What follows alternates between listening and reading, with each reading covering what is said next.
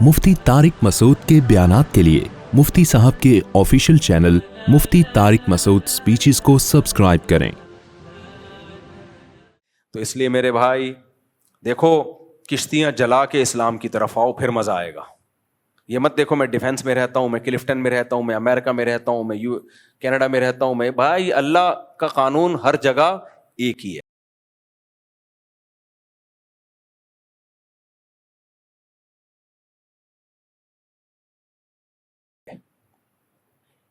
ہر جگہ اللہ کا قانون کیا ہے؟ ایک ہے۔ مقاصد پہ سمجھوتا نہیں ہے، مقاصد پہ، ذرائع پہ سمجھوتا ہے۔ یہ تھوڑی گاڑی اردو ہے، اس کا مطلب بتا دیتا ہوں۔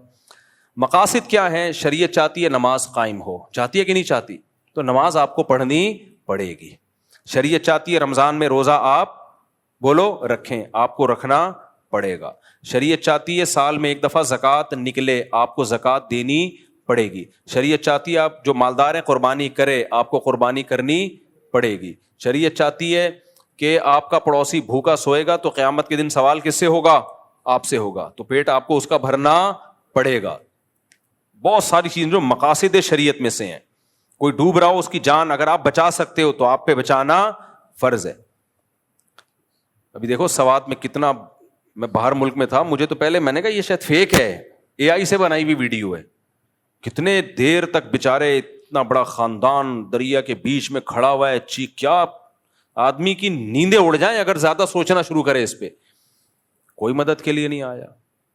تو آپ کا کیا خیال ہے؟ دنیا والوں نے تو چھوڑ دیا، لوگ وقتی طور پر حکومت کو گالیاں دیتے ہیں، اس کے بعد ٹھنڈا ہو جاتا ہے معاملہ، رو دھو کے ختم ہو جاتا ہے۔ تو آپ کا کیا خیال ہے؟ اللہ بھی چھوڑ دے گا؟ اللہ تھوڑی چھوڑے گا۔ آخرت تو اللہ نے اس لیے رکھی ہے، ان کی ایک ایک کی پکار،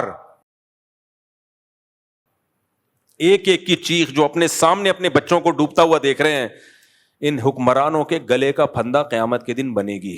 اللہ نہیں چھوڑے گا۔ فرعون نے کتنا ظلم کیا تھا، بنی اسرائیل عاجز آ گئے، اور موسیٰ علیہ السلام سے ایک دن تنگ آ کے کہنے لگے، یا موسیٰ اوذینا من قبل ان تأتینا ومن بعد ما جئتنا، اے موسیٰ تیرے آنے سے پہلے بھی عذاب میں تھے، تیرے آنے کے بعد بھی عذاب میں ہیں، ہمیں تو کوئی فائدہ نہیں ہوا۔ حضرت موسیٰ نے کیا فرمایا؟ یا قوم استعینوا باللہ واصبروا، اللہ سے مدد طلب کرو، صبر کرو۔ اور قرآن کیا کہتا ہے؟ لا تحسبن اللہ غافلا عما یعمل الظالمون، ظالم کیا کر رہا ہے اللہ کو غافل مت سمجھو۔ دنیا میں کسی بھی ملک میں یہ واقعہ ہوتا نا، سب سے پہلے وہاں کی انتظامیہ ریزائن دے کے الگ ہو جاتی کہ اب فوراً الگ ریزائن دے دیتے وہ۔ تو اس کے لیے بہت اعلیٰ کوالٹی کا بغیرت بننا پڑتا ہے، جو بہت ہی کوئی جری ہوتا ہے نا گناہوں پر، اسی کا ظرف ہوتا ہے۔ میں نہیں سمجھتا کہ دنیا میں کہیں ایسا دردناک واقعہ ہوا ہو۔ گھنٹوں کھڑے ہوئے ہیں، پکار رہے ہیں، چیخ رہے ہیں، بیٹی جا رہی ہے سامنے، بیٹا جا رہا ہے، پھر پانی میں ڈوب رہے ہیں، چیخ رہے ہیں بچاؤ، کوئی انتظام ہی نہیں ہے۔ یہ تو سب چیزیں پہلے سے، جس کے ہاتھ میں بھی حکومت آتی ہے، انتظام آتا ہے، وہ تو پہلے سے یہ سب چیزیں سوچ کے رکھتا ہے۔ فوری حادثہ ہو جاتا، ہم کہتے ہیں یار ان کو نہیں پتا چلے، بہت زیادہ بے حسی ہے۔ میں نے تو ایک دفعہ ویڈیو دیکھی، اس کے بعد میں نے کہا بھائی یہ سوائے نیندیں رات کو اڑنے کے اور کچھ بھی حاصل نہیں ہوگا، جانے والے تو چلے گئے۔ تو اللہ کی ایک آیت تسلی دیتی ہے بس ہمیں، وَلَا تَحْسَبَنَّ اللَّهَ غَافِلًا عَمَّا يَعْمَلُ الظَّالِمُونَ۔ ایتھیس پتہ ہے کیا کہتے ہیں؟ دنیا میں اتنا ظلم ہوتا ہے تو خدا اگر ہے تو اس ظلم کو ختم کیوں نہیں کرتا؟ یہ جو ملحد لوگ ہیں نا، خدا کے منکر ہیں، بہت دلیلیں دیتے ہیں، اتنا کچھ دنیا میں لوگ بھوک سے مر رہے ہیں، اتنا کچھ ہو رہا ہے، تو خدا کہاں ہے؟ ایک طرف وہ کہتا ہے میں ماؤں سے زیادہ پیار کرتا ہوں، دوسری طرف وہ خاموش بیٹھا ہے۔ تو ہم ایتھیسٹ سے کہتے ہیں کہ تمہیں لگتا ہے وہ خاموش نہیں ہے، وہ پکار پکار کے اس نے اپنی کتاب میں کہہ دیا۔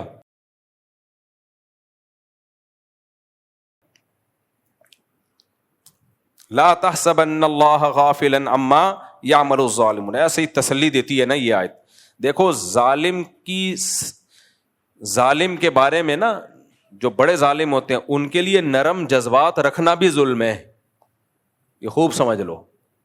بعض دفعہ آدمی جب بالکل ہی غیرت لیس ہو جاتا ہے نا، جیسے ڈاکوؤں کو لوگ پکڑ کے چھوڑ دیتے ہیں کہ ہائے ہائے بیچارہ، تو ڈاکو کو تو جس نے چھوڑا ہو نا، اس کو نہیں چھوڑو پھر کبھی بھی، اس کو کبھی نہ چھوڑو، کیونکہ یہ ڈاکو سے بھی زیادہ پتھر دل ہے۔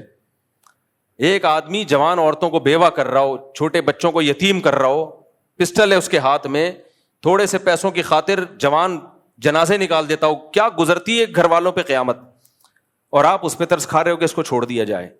اس کا مطلب آپ کی کھوپڑی خراب ہو گئی ہے. ہمارے نبی صلی اللہ علیہ وسلم پہ جب بہت زیادہ ظلم ہوا تو آپ نے بھی بد دعا کی ہے. حضرت موسیٰ سے زیادہ کوئی نرم دل ہوگا؟ پیغمبروں کا دل بہت نرم ہوتا ہے. بالآخر حضرت موسیٰ نے بھی بد دعا کے لیے ہاتھ اٹھائے فرعون اور حامان کے خلاف, کہ جو بھی فرعون کے دربار لوگ تھے ان کے خلاف حضرت موسیٰ نے بھی بد دعا کی. تو اللہ نے حضرت موسیٰ کو ملامت نہیں کی بلکہ کہا قد اجیبت دعوتکما, اے موسیٰ تیری دعوت کو میں نے قبول کر لیا, تیری دعا میں نے قبول کر لیا. تسلی دی کہ مریں گے یہ. ہمارے نبی کو اللہ نے کتنی تسلیاں دی ہیں کہ جو اسلام کے مسلسل دشمن ہیں, اے نبی آپ غم نہ کریں, میں ان کو سزا دے کے چھوڑوں گا.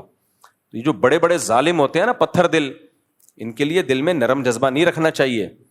تو تسلی ہمیں اسی سے ہوتی ہے بھائی, اللہ خاموش نہیں ہے. اللہ کہتے ہیں لا تحسبن اللہ غافلا عما یعمل الظالمون, ظالم جو کچھ کر رہا ہے اللہ کو اس سے غافل مت سمجھو. اے اللہ ہم کیوں غافل نہ سمجھے, تو سزا تو دے نہیں رہا. بھائی جہاں سزا کی ضرورت ہو وہاں آپ سزا نہیں دے رہے تو غفلت کا الزام تو لگتا ہے نا. پھر اللہ پہ بھی کوئی الزام لگا سکتا ہے. پھر اللہ تو اگر کہہ رہا ہے میں غافل نہیں ہوں تو پھر لگ تو ایسا ہی رہا ہے معاذ اللہ کہ تو غافل ہے. تو اللہ نے جواب کیا دیا, انما یؤخرہم لیوم تشخص فیہ الابصار. دیکھو میرا ایک قانون ہے, میں نے ایک دن ہے جس کو قیامت کہا جاتا ہے, میدان حشر کہا جاتا ہے, اس دن کے لیے سزا کو مؤخر کیا ہے. یہ دنیا دار الامتحان ہے, دار العمل ہے, دار الجزا نہیں ہے. یہ بدلے کا دن تھوڑی ہے. یہاں اگر کیش بدلے ملنا شروع ہو جائیں تو سب انسان کے بچے بن جائیں, سارے نیک بن جائیں.